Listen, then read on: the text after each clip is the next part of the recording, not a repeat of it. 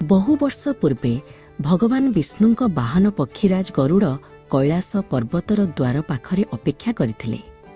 ସେଠାରେ ଏକ ବହୁତ ସୁନ୍ଦର ଛୋଟ ଶୁକ ପକ୍ଷୀଟିଏ ଗୋଟିଏ ଗଛ ଉପରେ ବସି ମଧୁର ସ୍ୱରରେ ଗୀତ ଗାଉଥିଲା। ଗରୁଡ଼ ସେହି ପକ୍ଷୀର ସୁନ୍ଦରତା ଦେଖି ମୁଗ୍ଧ ହୋଇଯାଇଥିଲେ। ସେହି ସମୟରେ ମୃତ୍ୟୁର ଦେବତା ଯମରାଜ କୈଳାସକୁ ଭଗବାନ ଶିବଙ୍କ ସହ ସାକ୍ଷାତ କରିବାକୁ ଆସିଲେ। ଦ୍ୱାର ଦେଇ ଯିବା ସମୟରେ ଯମରାଜଙ୍କ ନଜର ସେହି ଛୋଟ ଶୁକ ପକ୍ଷୀଟି ଉପରେ ପଡ଼ିଲା।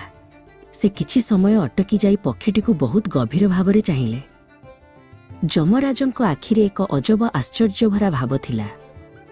ସେହି ଛୋଟ ପକ୍ଷୀଟିକୁ ଦେଖି ସେ ତାଙ୍କର କପାଳ କୁଞ୍ଚିତ କଲେ, ଯେମିତିକି ସେ କିଛି ଗୁରୁତ୍ୱପୂର୍ଣ୍ଣ କଥା ଭାବୁଛନ୍ତି।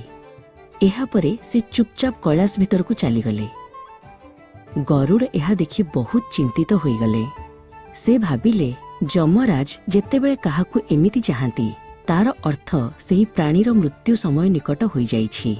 ଏହି ନିଷ୍ପାପ ପକ୍ଷୀଟି ନିଶ୍ଚୟ ମରିଯିବ।